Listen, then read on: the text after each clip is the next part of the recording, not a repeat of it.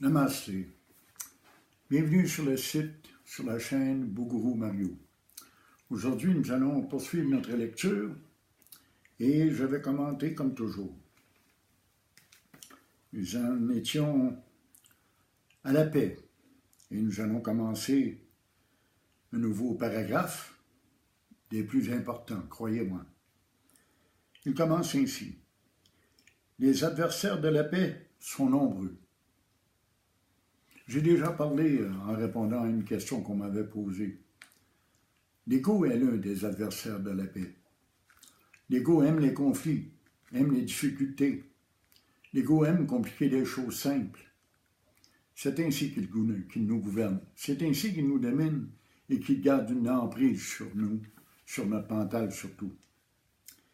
Mais il y a d'autres adversaires également. Quand on va dans une direction, quand on pousse dans une direction, il y a toujours une force de résistance contraire. Et cela se produit également sur le chemin de la spiritualité. On dirait parfois que plus qu'on avance, plus que les écueils sont énormes, plus que les obstacles sont grands. Et plus on monte, plus la chute fait mal, plus on tombe bas. C'est souvent ce qu'on rencontre tout autour de nous. Combien de fois n'avons-nous pas vu des politiciens, des hommes remarquables, de grandes vertus, avoir de lourdes responsabilités, tomber dans un bas niveau en commettant un petit vol, un petit larcin, ou en commettant un acte d'agression sexuelle quelconque? Des hommes qui pourtant étaient irréprochables se sont livrés à des gestes des plus condamnables. C'est normal. Plus l'on monte haut, plus l'on tombe bas. Et c'est aussi l'histoire des saints et des sages de ce monde. À plusieurs occasions, on a vu des gourous réputés, de grands maîtres, être pris par l'impôt, être pris dans des petits jeux d'argent, des petits jeux de possession, des petits jeux sexuels quelconques, et gâcher complètement leur réputation. Oui, les adversaires de la paix sont nombreux. Mais cela n'empêche pas qu'on doit cheminer vers la paix, qu'on doit la créer en nous et autour de nous. Ces adversaires, ils sont là pour éprouver l'homme. L'homme doit être mis à l'épreuve. Comme le fer doit être battu, avant d'être battu, doit être mis au feu. Pour faire un fer à cheval, les anciens le chauffaient au rouge et le battaient au marteau. Il en va un peu ainsi sur le chemin spirituel. Un chemin spirituel qui serait pavé de fleurs et de facilité ne serait pas un véritable chemin. Nous devons être mis à l'épreuve.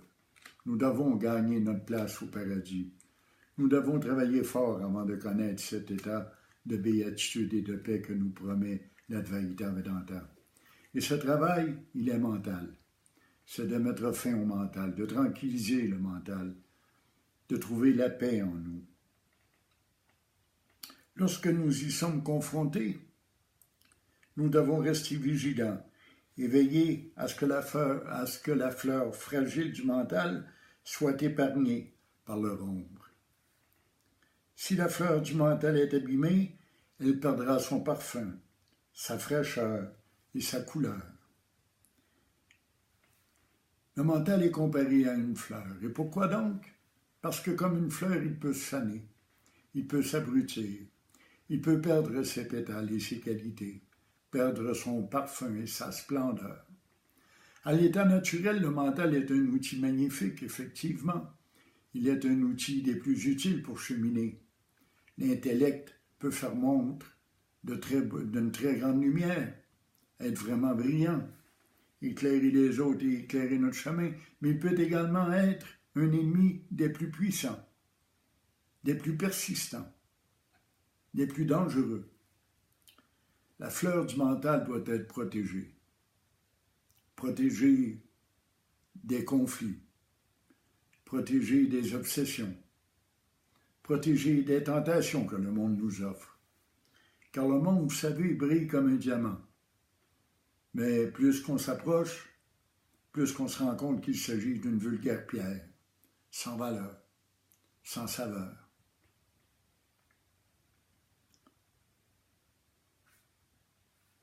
Si cette fleur perd son parfum et sa beauté, elle deviendra alors inutile.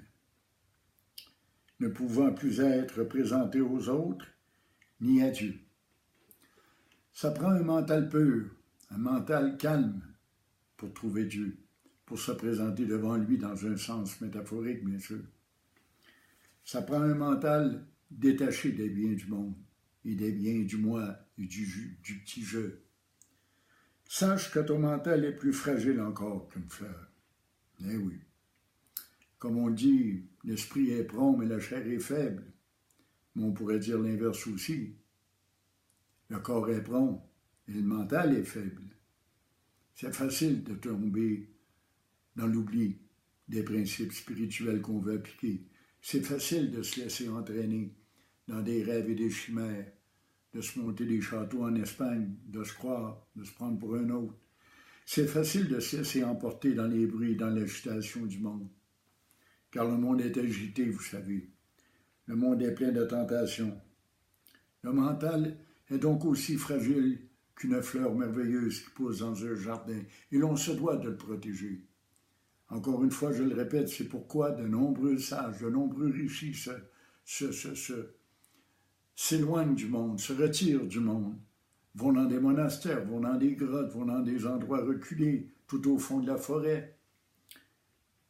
Pas seulement pour ne plus avoir de tentation, mais pour arriver qu'à conserver cette fleur du mental pur et paisible, pour la garder au repos.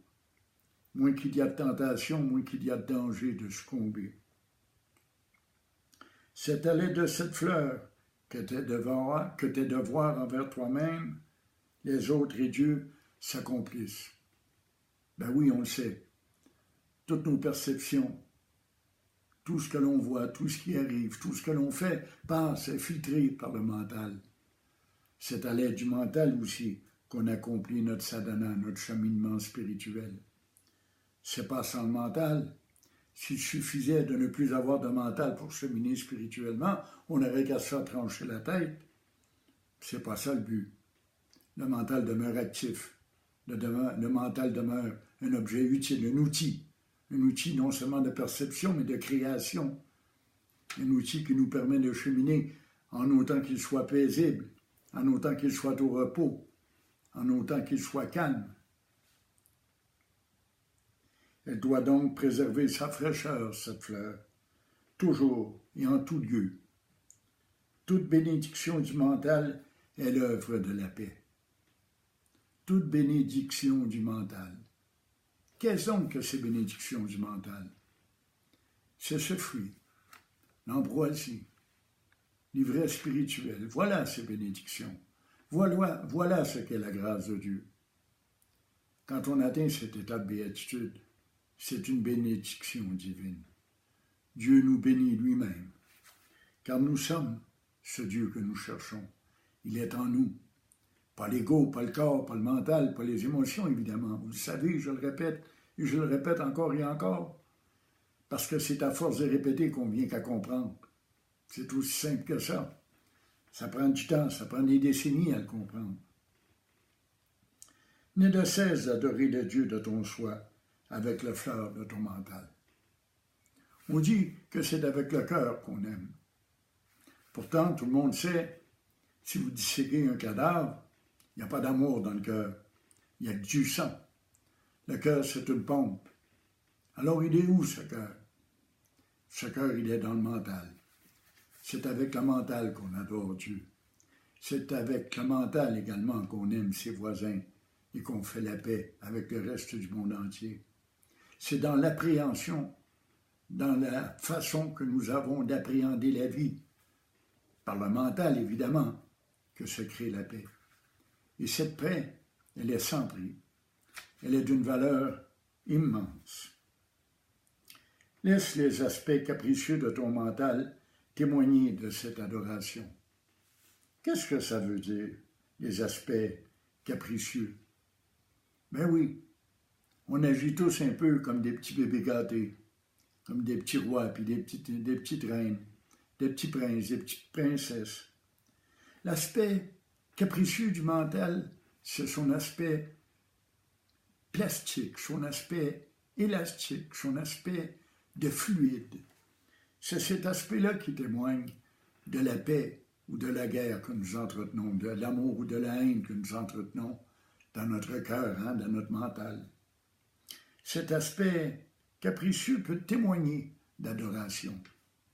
Il faut aller dans les finesses de l'esprit pour être capable d'adorer un Dieu qu'on ne peut pas voir en principe.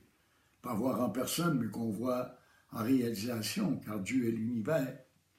Il faut être si subtil dans notre mental et dans notre intellect pour saisir que tout ce que nous percevons est Dieu, que tout ce qui est Dieu. Ça prend une grande subtilité intellectuelle, une grande intelligence. N'allons pas croire que l'adorateur de Dieu est un imbécile, est un crétin, est un simple d'esprit. Le profane non plus n'est pas un simple d'esprit, c'est simplement qu'il ne chemine pas sur la bonne voie. Au contraire, ça prend beaucoup d'audace et ça prend beaucoup d'intelligence également pour atteindre Dieu. Ça prend ce qu'on appelle l'intelligence existentielle. Malheureusement, c'est une intelligence, une forme d'intelligence que l'on retrouve très peu fréquemment dans notre société. Progressivement, ils apprendront à quitter leur jeu infantile. Ils voudront connaître le même enchantement que toi. Ici, bien sûr, on parle des autres. Il faut devenir un exemple pour les autres êtres humains. Nous prêcherons par notre exemple. Certes, la parole peut dire de bien belles choses, j'en suis conscient, mais les gestes comptent davantage. Quand les gens voient votre paix, votre détachement, votre bonheur, le repos dans lequel vous vivez, ils sont attirés par cette lumière, comme des mouches attirées par la lumière d'une lampe dans la nuit. Nous devons être des exemples pour nos voisins, montrer par notre façon de penser et notre comportement, par nos agissements, que nous sommes des hommes d'action, mais des hommes et des femmes de paix. Voilà le but. À force d'observer la paix qui est en toi, ils abandonneront leurs caprices. Eh oui, ils cesseront d'être égoïstes. Toi, tu n'as qu'à continuer patiemment l'adoration de Dieu et l'adoration de l'univers. Ne te laisse donc pas détourner par ces caprices du mental. Au contraire, ce sont eux qui seront finalement pacifiés par la paix qui est en toi. Tout doit être en paix. Tout doit être en paix. Un dernier mot avant de terminer. Juste une petite phrase bien simple. Un dernier mot. L'essence des Védas est la paix.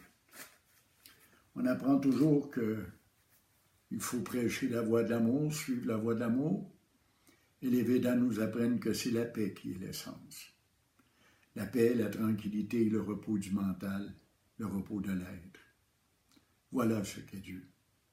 Voilà quel est le chemin que nous devons suivre. Alors, à la prochaine et bonne fin de journée. Merci.